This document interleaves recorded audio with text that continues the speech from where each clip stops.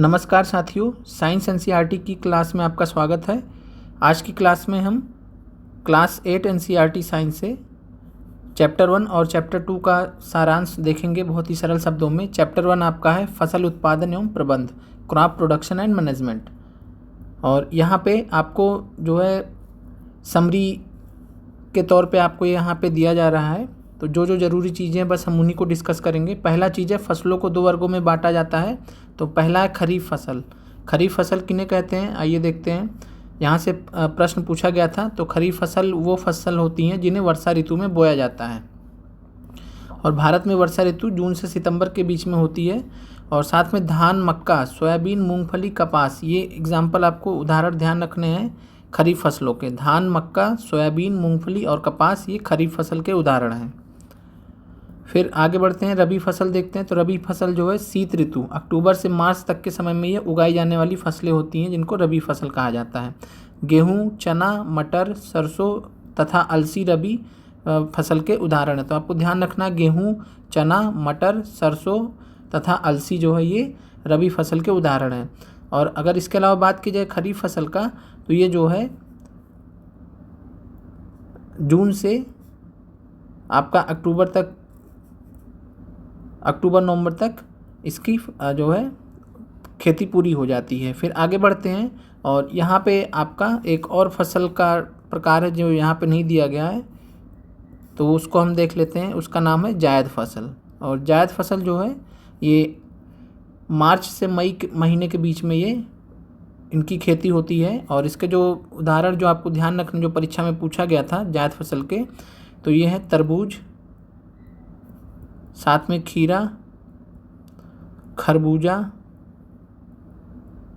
और ककड़ी, ये आपको उदाहरण ध्यान रखने हैं जायद फसलों के। आगे बढ़ते हैं। फिर प्रश्न आपका आया था सिंचाई के पारंपरिक और आधुनिक तरीकों से। तो सिंचाई के पारंपरिक तरीके देख लेते हैं। तो यहाँ पे जो एनसीईआरटी में आपका दिया है सिंचाई के पारंपरिक तरीके, तो मोट दिया है जिसको घिरनी बोला जाता है। फिर चेन पंप है, ढेकली है, राहट है। राहट को तोलक भी बोला जाता है। और यहाँ पे आप मोट का जो है चित्र देख सकते हैं। तो पहला तो आपका मोट हो गया जिसको घिरनी कहा जाता है। ये सिंचाई का जो है ट्रेडिशनल तरीका है, पारंपरिक तरीका है जो गांव में इस्तेमाल होता है। इसके अलावा देखा जाए तो आपका चेन पंप है। चेन पंप ये भी पूछा गया था परीक्षा में। और इसके अलावा आपको ढेकली याद रखना है और साथ में जो है राहट जो है ध्यान रखना है। और ये जो चार चीज़ें हैं तो आपको ये परीक्षा दृष्टि से ध्यान रखनी है, मोट, चेन पंप, ढेकली और राहट। आगे बढ़ते हैं, आधुनिक पद्धतियों पे आते हैं, सिंचाई की आधुनिक विधियाँ। और इसमें जो है हम जो सबसे ज़रूरी है स्प्रिंकलर सिस्टम, छिड़काव तंत्र। और इसमें हम देखते हैं तो इस विधि का जो उपयोग होता है असमतल भूमि के लिए किया जाता है। जहाँ पर जल कम मात्रा में उपलब्ध होता है वहाँ पे हम छिड़काव तंत्र या स्प्रिंकलर सिस्टम का प्रयोग करते हैं। छिड़काव पौधों पे इस प्रकार होता है जैसे कि वर्षा हो रही है। तो समझ सकते हैं कि जैसे फुहारा शावर दिया जाता है या फुहारा छोड़ा जाता है, तो उस प्रकार से जो है कि जैसे बारिश हो रही हो धीमे धीमे। और छिड़काव जो है ये लॉन, कॉफ़ी की खेती तथा अन्य कई फसलों के लिए अत्यंत उपयोगी। तो आपको ध्यान रखना है कि जो छिड़काव तंत्र होता है, स्प्रिंकलर सिस्टम होता है, ये लॉन के लिए, शायद कॉफ़ी की खेती के लिए, तो आपको ये ध्यान रखना है, इसके लिए महत्वपूर्ण है। फिर ड्रिप तंत्र पे आते हैं और यहाँ पे आपका छिड़काव तंत्र का चित्र दिया हुआ है। फिर है ड्रिप तंत्र। ड्रिप तंत्र भी पूछा गया था परीक्षा में। ड्रिप सिस्टम, इस विधि में जल बूंद बूंद करके सीधे जो है पौधों की जड़ों में गिरता है, अतः इसे ड्रिप तंत्र कहते हैं। तो ड्रिप तंत्र में क्या होता है, जल जो है बूंद बूंद करके जो है पौधों की जड़ों में गिरता है। और ये फलदार पौधों, बगीचों तथा वृक्षों को पानी देने का सर्वोत्तम तरीका है। तो आपको ड्रिप तंत्र का जो है ध्यान रखना कि किसके लिए काम आता है, तो फलदार पौधों, बगीचों तथा वृक्षों को पानी देने का सर्वोत्तम तरीका है। और इसके अलावा जो है इसमें आपको ध्यान रखना कि जल बिल्कुल भी व्यर्थ नहीं होता, अतः यह जल की कमी वाले क्षेत्रों के लिए वरदान है। यहाँ पे जहाँ पे जल की बहुत ज़्यादा कमी है तो वहाँ के लिए ड्रिप जो तंत्र है या ड्रिप सिस्टम वो बहुत महत्वपूर्ण है। और इसके अलावा जो स्प्रिंकलर सिस्टम था वो कॉफ़ी की खेती के लिए महत्वपूर्ण है। आगे बढ़ते हैं, कटाई पर्व के बारे में एनसीईआरटी बुक में दिया हुआ है। और आपको यहाँ पे जो चीज़ें ध्यान रखनी हो मैं बता दे रहा हूँ। तो पोंगल जो त्यौहार है कटाई से संबंधित, ये आपका तमिलनाडु में मनाया जाता है।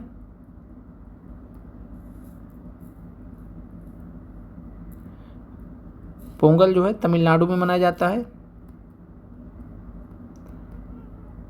और बात किया जाए बैसाखी की तो ये पंजाब, जम्मू कश्मीर वगैरह में, जम्मू कश्मीर पंजाब में। और नाबन्या बात किया जाए, बहुत महत्वपूर्ण, परीक्षा में पूछा जा सकता है, पश्चिम बंगाल। आपको ध्यान रखना है, पश्चिम बंगाल में जो कटाई के समय जो त्यौहार मनाया जाता है उसको नाबन्या बोलते हैं। और बिहू आप जानते ही हैं, बिहू कहाँ मनाया जाता है, तो ये असम में, असम में बिहू बोलते हैं कटाई के त्यौहार को। आगे बढ़ते हैं, फसलों का जो भंडारण होता है उसको समझते हैं। और यहाँ पे जो है आपको दो चीज़ें ध्यान रखनी है कि भंडारण के लिए हम साइलो का प्रयोग करते हैं और साथ में भंडारण गृहों का प्रयोग करते हैं। आइए चित्र के माध्यम से इनको देख लेते हैं। तो ये आपका जो है भंडारण गृह का जो है चित्र दिया हुआ है, जिसको ग्रेनरी बोला जाता है इंग्लिश में। और साथ में इसके अलावा जो यहाँ पे सीलो का जो है पिक्चर दिया हुआ है, या साइलो जिसको बोलते हैं। और इन दोनों से जो अनाज का भंडारण होता है, तो आपको परीक्षा दृष्टि से ध्यान रखना है। अब आगे बढ़ते हैं, चैप्टर नंबर 2 पे आते हैं, सूक्ष्म जीव, मित्र एवं शत्रु। और सूक्ष्म जीवों के बारे में पहले हम समझते हैं। तो जो सूक्ष्म जीव होते हैं उनको माइक्रो ऑर्गेनिजम्स बोलते हैं इंग्लिश में। और सूक्ष्म जीव इतने छोटे होते हैं कि उन्हें बिना यंत्र की सहायता से देखा नहीं जा सकता है। इनमें से कुछ, जैसे कि ब्रेड पर उगने वाले कवक को आवर्धक लेंस की सहायता से देखा जाता है, जबकि अन्य बिना सूक्ष्मदर्शी की सहायता से दिखाई नहीं देते। यही कारण है कि इन्हें सूक्ष्म जीव कहते हैं। तो आप समझ गए होंगे कि जो सूक्ष्म जीव होते हैं इतने सूक्ष्म होते हैं कि हम अपनी आंखों से उन्हें नहीं देख सकते हैं। और फिर सूक्ष्म जीवों को जो ध्यान रखना, आपको 4 वर्गों में बांटा गया है। तो जो माइक्रो ऑर्गेनिजम्स होते हैं इनको जो है हम 4 पार्ट्स में डिवाइड करते हैं। जैसे पहला आपका जीवाणु है, जिसको बैक्टीरिया बोलते हैं। फिर दूसरा आपका कवक है, जिसको फंजाई बोलते हैं। और फिर तीसरा आपका प्रोटोजोआ है। और अगर चौथे की बात की जाए तो शैवाल को हम क्या बोलते हैं, एल्गी बोलते हैं। तो सूक्ष्म जीवों को 4 मुख्य भागों में बांटा गया है। कौन कौन से? जीवाणु यानी कि बैक्टीरिया, कवक यानी कि फंजाई, प्रोटोजोआ और शैवाल, जिसको हम एल्गी बोलते हैं। फिर आगे बढ़ते हैं, विषाणु के बारे में देख लेते हैं, जिसको वायरस बोला जाता है। और विषाणु जो है ये अन्य सूक्ष्म जीवों से अलग होते हैं और ये केवल परपोषी में ही गुणन करते हैं, अर्थात जीवाणु पौधे अथवा जंतु कोशिका में गुणन करते हैं। इसका मतलब है कि ये जो है इंडिपेंडेंटली, स्वतंत्र रूप से जो है अस्तित्व में नहीं होते हैं और इनको जो है कोई ना कोई होस्ट, इनको जो है सेल चाहिए किसी भी जीव जंतु का, और वो जीवाणु भी हो सकता, पौधा भी हो सकता, जंतु कोशिका भी हो सकती है। तो आपको विषाणु से संबंधित यह तथ्य ध्यान रखना है। इस प्रकार ये अन्य सूक्ष्म जीवों से भिन्न है क्योंकि ये स्वतंत्र रूप से एग्जिस्ट नहीं करते हैं। और कुछ सामान्य रोग होते हैं जैसे कि जुखाम, इन्फ्लुएंजा, और अधिकतर जो खांसी होती है वो विषाणु वायरस द्वारा होती है, तो आपका ध्यान रखना है। और इसके अलावा कुछ विशेष रोग जैसे कि पोलियो, खसरा, तो पोलियो वायरस से होता है, खसरा भी जो है विषाणु से या वायरस से होता है। फिर आगे देखते हैं, तो अतिसार जो होता है, अतिसार और मलेरिया जो है ये प्रोटोजोआ द्वारा होते हैं। और इसके अलावा जो है टाइफाइड और क्षय रोग जो होता है वो जीवाणु द्वारा होने वाला रोग है। तो आपको यह ध्यान रखना परीक्षा दृष्टि से, कई बार परीक्षा में पूछा गया है। तो अतिसार और मलेरिया आपके प्रोटोजोआ द्वारा होते हैं और साथ में टाइफाइड जो है ये टाइफाइड एवं क्षय रोग, जिसको टीबी बोलते हैं, तो ये जीवाणु द्वारा होता है। आगे बढ़ते हैं, यहाँ पे जो है कुछ जो जीवाणु हैं उसके चित्र दिए हुए हैं।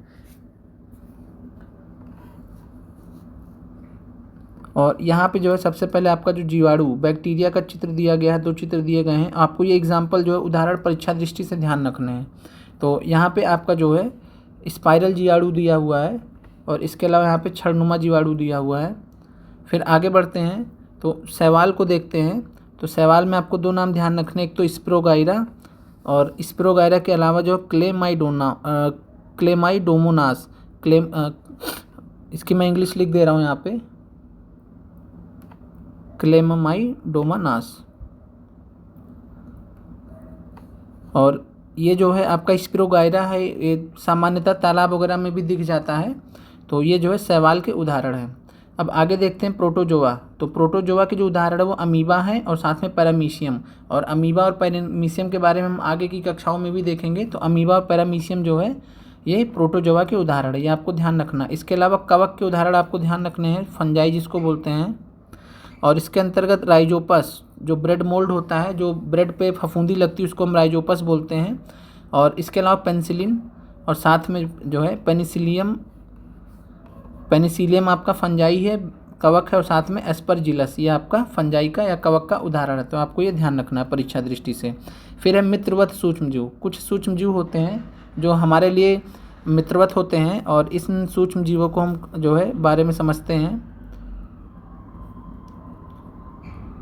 और जो है इनमें से और जो जीवाणु का उपयोग होता है औषधि उत्पादन एवं कृषि में मृदा की उर्वरता में वृद्धि करने के लिए किया जाता है।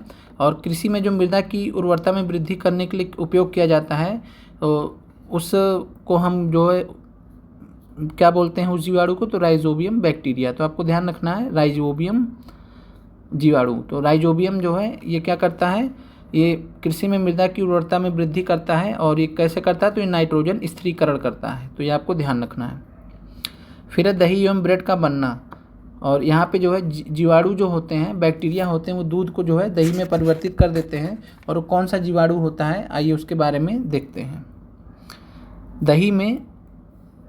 दही में अनेक सूक्ष्मजीव पाए जाते हैं जिनमें लैक्टोबैसिलस नामक जीवाणु प्रमुख है। तो आपको जो है लैक्टोबैसिलस बैक्टीरिया के बारे में ध्यान रखना। और लैक्टोबैसिलस बैक्टीरिया ही है या जीवाणु है जो दही में पाया जाता है। और इसी की वजह से जो है दूध को दही में परिवर्तित कर देता है और वह दूध में जनन करके उसे दही में परिवर्तित कर देते हैं। तो आपको यह ध्यान रखना है। इसके अलावा जो रवा सूजी होती है, इडली होता है या वो भटूरा जो बनता है, उसका महत्वपूर्ण संघटक ही जो है क्या है, दही है। दही का प्रयोग उसमें होता है। और इसके अलावा बात की जाए तो जीवाणु जो बैक्टीरिया होते हैं और जो ईस्ट होते हैं, तो ये चावल के आटे के किण्वन में सहायक होते हैं। तो यहाँ पे जो है ये आपको ये ध्यान रखना है कि जो जीवाणु होते हैं तथा ईस्ट होते हैं चावल के आटे के किण्वन में सहायक होते हैं। किण्वन को जो है फर्मेंटेशन बोला जाता है। और इसी प्रक्रिया से जो है इडली एवं डोसा बनता है। तो आपको ध्यान रखना है। फिर यहाँ पे जो है ईस्ट के बारे में जानकारी दी गई है। और ईस्ट के बारे में आपको ध्यान रखना है कि हमने जो है एरोबिक श्वसन या एनएरोबिक रेस्पिरेशन पढ़ा है। तो जो ईस्ट होते हैं वो एनएरोबिक रेस्पिरेशन से कार्य करते हैं। एनएरोबिक रेस्पिरेशन यानी कि ऑक्सीजन की अनुपस्थिति में। तो ऑक्सीजन की अनुपस्थिति में जो है ईस्ट जो तीव्रता से जनन करके श्वसन यानी रेस्पिरेशन के दौरान कार्बन डाइऑक्साइड उत्पादित करते हैं। तो ये प्रश्न पूछा गया है कि ईस्ट जो है किस प्रकार का श्वसन करते हैं, तो एनएरोबिक रेस्पिरेशन करते हैं यानी ऑक्सीजन की अनुपस्थिति में ऑक्सीजन नहीं होता है और ये क्या निकालते हैं, कार्बन डाइऑक्साइड। और साथ में गैस के जो बुलबुले होते हैं वो खमीर वाले मैदों का जो आयतन होता है बढ़ा देते हैं, उनको फुला देते हैं। और इसके वजह से जो है बेकिंग उद्योग में ईस्ट का उपयोग जो है ज़बरदस्त तरीके से किया जाता है। उसी से ब्रेड, पेस्ट्री एवं केक बनाए जाते हैं। तो आपको ईस्ट का उपयोग ध्यान रखना है। ईस्ट का यहाँ पे जो प्रयोग है आपको ध्यान रखना है। आगे बढ़ते हैं।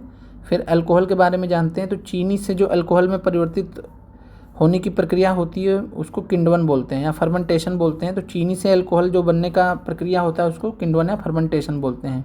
और आपको ध्यान रखना है कि लुईस पास्चर ने लुईस पास्चर ने किण्वन की खोज 1857 में की थी। आपको ईयर भी ध्यान रखना। तो लुईस पास्चर ने किण्वन की, जिसको फर्मेंटेशन बोला जाता है, तो फर्मेंटेशन की खोज की 1857 में।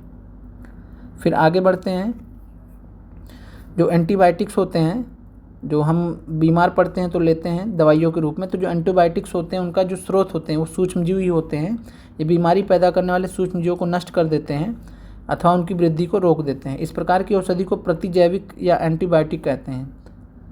और यहाँ पे अगर हम देखें आज के डेट में तो हमें स्ट्रेप्टोमाइसिन, टेट्रासाइक्लिन, एरिथ्रोमाइसिन, ये सब जो सामान्य रूप से उपयोग किए जाने प्रतिजैविक या एंटीबायोटिक्स हैं।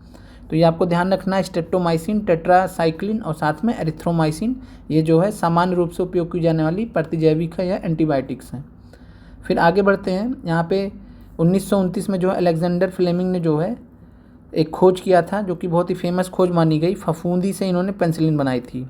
तो फफूंदी से इन्होंने जो है पेनिसिलिन बनाई थी।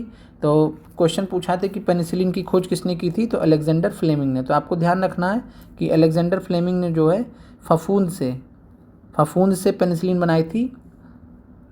फिर आगे बढ़ते हैं, वैक्सीन के बारे में जानते हैं। तो वैक्सीन जो होता है वो हैजा, क्षय, चेचक जैसी बीमारियों या हेपेटाइटिस जैसी अनेक बीमारियों के लिए जो है वैक्सीन की मदद से जो है रोका जा सकता है। और वैक्सीन के बारे में इंपॉर्टेंट फैक्टर है यहाँ पे दिया हुआ कि एडवर्ड जेनर ने चेचक के लिए 1798 में जो है चेचक के टीके की खोज की थी। तो जो चेचक को बोलते हैं स्मॉल पॉक्स, तो स्मॉल पॉक्स का जो वैक्सीन है या स्मॉल पॉक्स का जो टीका है वो किसने बनाया था, तो एडवर्ड जेनर ने चेचक के लिए या स्मॉल पॉक्स के लिए 1798 में चेचक के टीके की खोज की थी। तो आपको यह ध्यान रखना है, परीक्षा में कई बार पूछा गया है।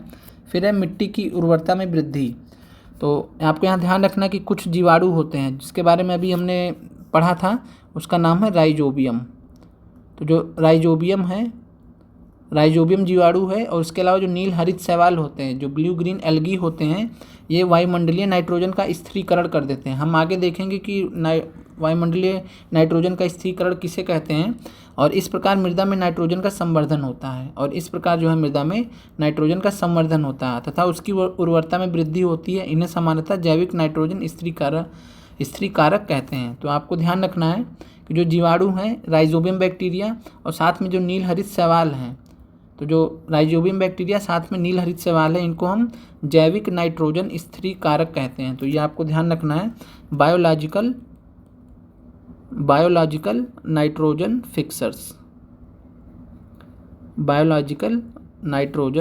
फिक्सर्स। और यहाँ पे वायुमंडल नाइट्रोजन का स्थिरीकरण का मतलब ये होता है कि वायुमंडल में जो नाइट्रोजन है वो N2 के फॉर्म में होता है, गैस के फॉर्म में होता है, और उसका स्थिरीकरण कर दिया जाता है जिससे कि मृदा में नाइट्रोजन का संवर्धन होता है। इसको जो है NO3 नाइट्रेट आयन में जो है कन्वर्ट कर दिया जाता है, और इसी प्रक्रिया को बोला जाता है नाइट्रोजन फिक्सेशन या नाइट्रोजन स्थिरीकरण। और इसको जो करने में हेल्प करते हैं ऐसे जीवाणुओं या ऐसे सवालों को क्या बोलते हैं, बायोलॉजिकल नाइट्रोजन फिक्सर्स, जैविक नाइट्रोजन स्थिरीकारक। आगे बढ़ते हैं, यहाँ पे नाइट्रोजन स्थिरीकारक जो है साइनोबैक्टीरिया को ही नील हरित शैवाल बोलते हैं। तो ये आपको ध्यान रखना है। फिर है मनुष्य में रोगकारक सूक्ष्म जीव। तो यहाँ से जो है परीक्षा में प्रश्न पूछा गया है। तो सूक्ष्म जीवों द्वारा होने वाले ऐसे रोग जो एक संक्रमित व्यक्ति से स्वस्थ व्यक्ति में वायु, जल, भोजन अथवा कायिक संपर्क द्वारा फैलते हैं, उनको संचरणीय रोग कहते हैं। और संचरणीय रोग को हम इंग्लिश में क्या बोलते हैं, तो कम्युनिकेबल डिसीजेस। कम्युनिकेबल जो डिसीज़ होती हैं संचरणीय रोग कहलाते हैं, यानी जो सूक्ष्म जीवों द्वारा ऐसे रोग जो एक संक्रमित व्यक्ति से, एक व्यक्ति जो संक्रमित है उससे एक स्वस्थ व्यक्ति में ट्रांसफ़र हो जाता है वायु, जल, भोजन अथवा कायिक संपर्क के द्वारा। और इसके जो उदाहरण हैं देख लेते हैं। इस प्रकार के रोगों के कुछ उदाहरण हैजा, सामान्य सर्दी जुकाम, चिकन पॉक्स एवं क्षय रोग। क्षय रोग को जो है टीबी बोलते हैं, ट्यूबरक्लोसिस जिसको बोलते हैं, तो क्षय रोग को टीबी बोलते हैं। और इसके अलावा अगर बात की जाए तो हैजा किसको बोलते हैं, तो हैजा कॉलरा को बोलते हैं, हैजा कॉलरा को बोलते हैं। और इसके अलावा हैजा कॉलरा, सामान्य सर्दी जुकाम, चिकन पॉक्स एवं टीबी जिसको क्षय रोग बोलते हैं, ये सब संचरणीय रोग के उदाहरण। तो प्रश्न में पूछा गया कि निम्नलिखित में से कौन सा संचरणीय रोग के उदाहरण है, तो आपको ये ध्यान रखना है। फिर है कि जब जुकाम से पीड़ित कोई व्यक्ति छींकता है तो सूक्ष्म बूंदों के साथ हजारों रोगकारक वायरस, विषाणु, वायरस भी वायु में आ जाते हैं। ये वायरस श्वास के साथ ली जाने वाली वायु के साथ शरीर में प्रवेश कर जाते हैं। इस प्रकार जो है जो स्वस्थ व्यक्ति वो भी इन्फेक्ट हो जाता है। और यहाँ पे जो है ये प्रश्न परीक्षा में पूछा गया था कि कुछ कीट एवं जंतु ऐसे भी हैं जो रोगकारक सूक्ष्मजीवों के रोगवाहक कार्य करते हैं। तो रोगवाहक का उसमें उदाहरण पूछा था और आंसर था घरेलू मक्खी। तो घरेलू मक्खी जो है ये रोगकारक सूक्ष्मजीवों के रोगवाहक का कैरियर के रूप में काम करते हैं। तो घरेलू मक्खी के बारे में आपको ध्यान रखना है, जिसको हाउस फ्लाई बोलते हैं, हाउस फ्लाई। फिर आगे बढ़ते हैं। इसके अलावा जो मादा एनोफिलीज मच्छर है, आपको ध्यान रखना है कि जो मादा एनोफिलीज मच्छर है ये भी जो है इसका उदाहरण है, कैरियर है बीमारियों का। और साथ में मच्छर जो प्लाज्मोडियम है, मलेरिया परजीवी का वाहक है। तो आपको ये ध्यान रखना है। फिर है मादा एडीज मच्छर जो है ये डेंगू वायरस का वाहक है। तो मादा एडीज जो है किस बीमारी का, तो डेंगू वायरस का वाहक है। और यहाँ पे जो है जो मादा एनोफिलीज हो जाएगा वो प्लाज्मोडियम मलेरिया परजीवी का वाहक हो जाएगा। अब आगे बढ़ते हैं। यहाँ पे जो है कुछ बीमारियों के यहाँ पे टेबल दिया हुआ है और साथ में जो है उसको किस से होता है, विषाणु से होता है कि जीवाणु से होता है, तो उसके बारे में दिया हुआ है। और चूंकि एनसीईआरटी में दिया हुआ है तो परीक्षा में पूछा जा सकता है। और आपको यहाँ पे 2 चीज़ें ध्यान रखनी, मानव रोग और साथ में रोग कारक सूक्ष्मजीव। तो सबसे पहले देखते हैं 6 रोग को। तो टीबी, 6 रोग को टीबी बोलते हैं, ट्यूबरक्लोसिस। और टीबी जो है माइकोबैक्टीरियम ट्यूबरक्लोसिस नामक जो है बैक्टीरिया या जीवाणु से होता है। तो टीबी जो है माइकोबैक्टीरियम ट्यूबरक्लोसिस, इसके जीवाणु का पूरा नाम है माइकोबैक्टीरियम ट्यूबरक्लोसिस, इसको शॉर्ट में टीबी बोलते हैं। तो 6 रोग जो है वो जीवाणु की वजह से या बैक्टीरिया की वजह से होता है। फिर खसरा आते हैं, तो खसरा जो है वायरस की वजह से होता है, इसको मीजल्स बोलते हैं। फिर चिकन पॉक्स, ये भी वायरस की वजह से होता है। फिर है पोलियो है, तो पोलियो भी जो है पोलियो वायरस से होता है। इसके अलावा अगर बात की जाए हैजा की, तो कॉलरा भी जो है, कॉलरा भी आपका जो है जीवाणु से होता है। और इसके अलावा टाइफाइड की बात की जाए तो टाइफाइड भी जीवाणु से होता है। और टाइफाइड का आपने से अगर किसी ने टेस्ट कराया होगा तो टाइफाइड में जो है वहाँ पे जो ब्लड टेस्ट आता है तो वहाँ पे जो उसका नाम लिखा रहता है सैल्मोनेला टाइफाई, सैल्मोनेला टाइफाई। तो ये जो है टाइफाइड के बैक्टीरिया का नाम होता है। और अगर ये पॉजिटिव आ गया तो इसका मतलब कोई व्यक्ति जो है को टाइफाइड है। फिर हेपेटाइटिस ए आते हैं, तो ये भी जो है वायरस से होता है, तो आपको ध्यान रखना है। और साथ में मलेरिया जो है ये प्रोटोजोआ से होता है। और इस प्रोटोजोआ का क्या नाम है, प्लाज्मोडियम पैरासाइट। तो प्लाज्मोडियम जो पैरासाइट होता है उसी से जो है, उसी प्रोटोजोआ से मलेरिया होता है। तो आपको ये चीज़ें ध्यान रखनी है। आगे बढ़ते हैं। यहाँ पे एक इम्पॉर्टेंट फैक्ट दिया हुआ है कि रॉबर्ट कोच ने सन 1876 में बैसिलस एंथ्रेसिस नामक जीवाणु की खोज की थी जो एंथ्रेक्स रोग का कारक है। तो प्रश्न पूछा गया है परीक्षा में कि किसने जो है एंथ्रेसिस नामक जीवाणु की खोज किसने की थी, तो आंसर हो जाएगा रॉबर्ट कोच। तो आपको यह फैक्ट ध्यान रखना है कि रॉबर्ट कोच ने 1876 में बैसिलस एंथ्रेसिस नामक जीवाणु की खोज की थी। और जो एंथ्रेक्स होते हैं मनुष्य और मवेशी में होने वाला भयानक रोग है जो जीवाणु द्वारा होता है। तो एंथ्रेक्स को ध्यान रखना है कि मनुष्य और मवेशी दोनों में होता है और ये जीवाणु द्वारा होता है। और जीवाणु का क्या नाम है, तो एंथ्रेसिस। फिर है जो गाय में जो है खुर एवं मुंह का रोग वायरस द्वारा होता है, तो इसको जो है माउथ एंड फुट डिसीज बोलते हैं, माउथ एंड फुट डिसीज या फुट एंड माउथ डिसीज। तो गाय में जो खुर एवं मुंह का रोग होता है वो वायरस द्वारा होता है, तो ये आपको ध्यान रखना है। फिर पौधों में रोग उत्पन्न करने वाले सूक्ष्म जीवों के बारे में आइए देखते हैं। तो यहाँ पे 3 जो है पादप रोग दिए गए हैं, बहुत महत्वपूर्ण है, परीक्षा में पूछे भी गए हैं। तो नींबू कैंकर, तो नींबू कैंकर जो होता है उसको इंग्लिश में सिट्रस कैंकर बोला जाता है, सिट्रस कैंकर। और ये बैक्टीरिया के द्वारा होता है। और ये जो है जो आपके खट्टे फल होते हैं, जो खट्टे फल वाले जो पौधे होते हैं उसमें जीवाणु द्वारा होने वाला रोग है नींबू कैंकर। और उसके अलावा गेहूं की रस्ट जो है ये पादप रोग किसके द्वारा होता है, तो कवक फंजाई द्वारा होता है।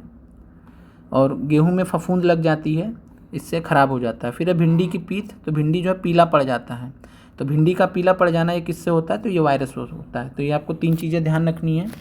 फिर अब आते हैं जो है खाद्य जो है परिसंचरण पे आते हैं। और फूड प्रिजर्वेशन के अंतर्गत हम सबसे पहले जो है रासायनिक उपाय देखते हैं।